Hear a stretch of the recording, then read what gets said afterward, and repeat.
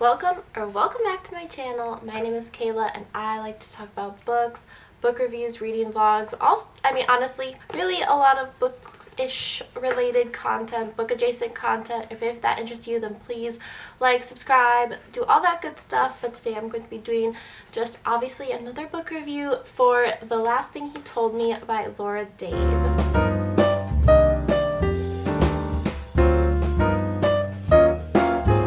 I literally just finished this book like an hour ago, and oh my gosh, I feel like the ending really hit for me personally. I'm gonna get into the synopsis a little bit, gonna get into my review, so I'll let you know if there's anything somewhat spoilery. I'll be giving ample warning. I won't be talking a ton in detail about the ending though, because I know this has just been adapted into I think a TV show or a miniseries or a movie. It's been adapted for Apple TV. I'm guessing a lot of people are watching that because it keeps coming up on my little screensaver thing. So I don't want to like ruin it completely, but I'll be giving warning if I'm talking about really spoilery things. But anyway, let's just get into this summary synopsis. The Last Thing He Told Me by Laura Dave follows a woman named Hannah after her husband of about 1 year, Owen, suddenly disappears. He leaves her no explanation, no nothing except for a single note that like this random neighbor girl delivers that says, "Protect her."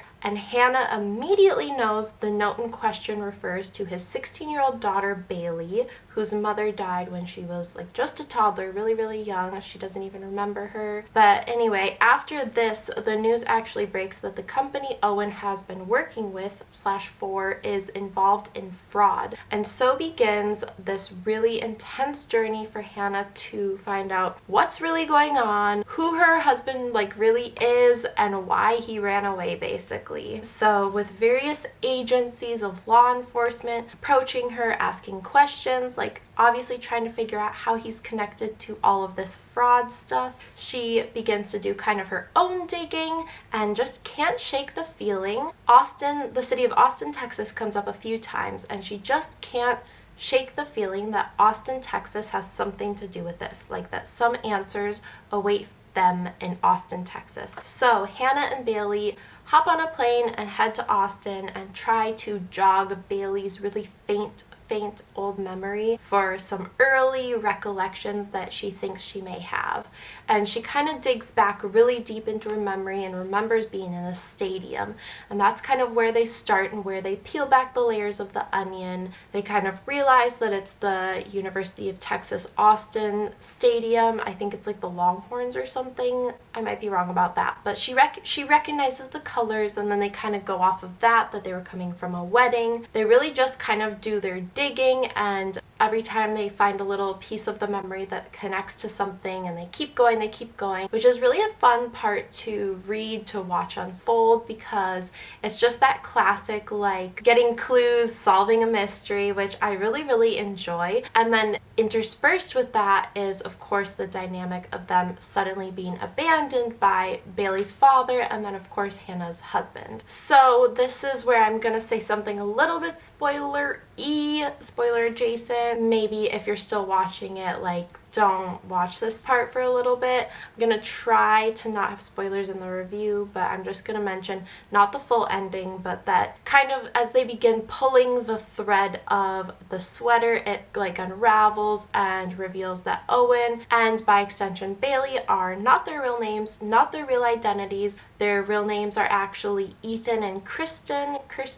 I remember if it's Kristen or Kirsten, but whatever. Owen changed their backgrounds, and Hannah discovers it is because he was basically running from something to keep them safe. I like that they don't present it as really black and white. Like, all of these characters are gray, like all of them have good qualities. With that, I'm just gonna kind of head right into the review and talk about my thoughts on this book. I've actually got a lot of thoughts on it. Overall, I enjoyed this book. I found it to be a really compelling and relatively like quick, easy read. Quick read. It was easy to get through. I looked forward to picking it up at the end of the day and see where the story was going, and I feel like it kept me really engaged and interested in what was going to happen next. So I was always interested and curious to pick up the book at the end of the day and see where the story was taking me. I was at times worried it would be a little too corny, like we were going to have it be that Owen is this perfect good guy and like everything. I don't know. I thought that it might end up being a little too corny, especially with Hannah's insistence that she just loves Owen through all of this, which in some ways is really beautiful, but I just thought it might be kind of corny, and I'm happy that she didn't make it too corny, and that, kind of like I mentioned earlier, the characters were gray. Like, there's no Owen's perfect, Bailey's perfect. Nobody is considered like this perfect black or white character. It is presented as pretty gray characters for the most part, which of course is always a more interesting read. What I loved most was the growing relationship between Hannah and Bailey, and I think that this is the absolute like crux of this book. It's what the story kind of flows through, relies on. It's what gives the story heart and depth for sure. I really like how they get closer when they're both feeling abandoned by Owen, because he's like disappeared, and they both feel a little bit abandoned, worried obviously as well, and that pulls them closer together at a time where they really both need each other, and they realize that they need one another, they rely on one another. I think that's really beautiful. So I just thought that the development of that relationship was super sweet. My only like little tiny criticism of that would be that I feel like when they were in Austin, or perhaps even at another time, there could have been one more event or circumstance to show just one more example of their bonding. So just something little would have been great. There were a couple different times. There was one where they were at like a bar in Austin.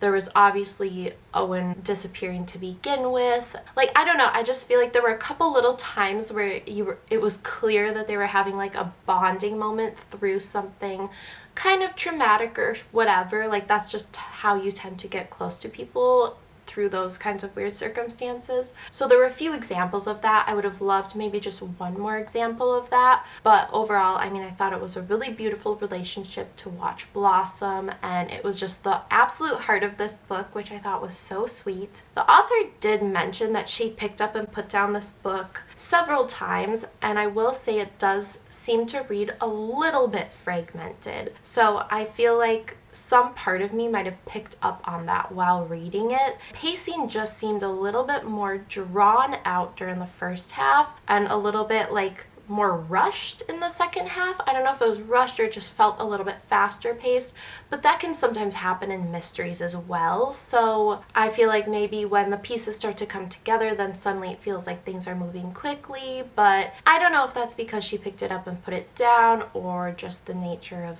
sometimes this type of a story. I still enjoyed this book a lot though. Like, that didn't detract from it in any big way for me. I still felt like it was a good book, and none of these criticisms were big enough or stark enough to turn me off, because like I said, the story was really intriguing, and I also felt like the writing style to me felt a little bit relaxed, and I kind of liked that. Yeah, I just felt like it was kind of relaxed, and that helped me connect with the main character and be in tune with Hannah like a lot more, to have that kind of more casual feeling writing style. I don't know if that's even the right way to describe it, but it felt like kind of casual to me. And I'm saying that as a positive thing actually, not as like a criticism. I really liked that. Speaking of the main character, I really thought that Hannah had like a proper arc and some growth during the story. And again, that relationship with Bailey is really what made it. Specifically, that relationship, the growth of that.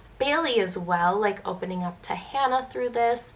But obviously Hannah's like our main character, so I really liked that growth from her. I feel like trying to feel accepted by Bailey versus kind of towards the end where it feels like she's not trying to be accepted. She's trying to... It's like more of a genuine, loving, familial bond, I feel like, versus in the beginning where it very much gives off the, I just need you to like me.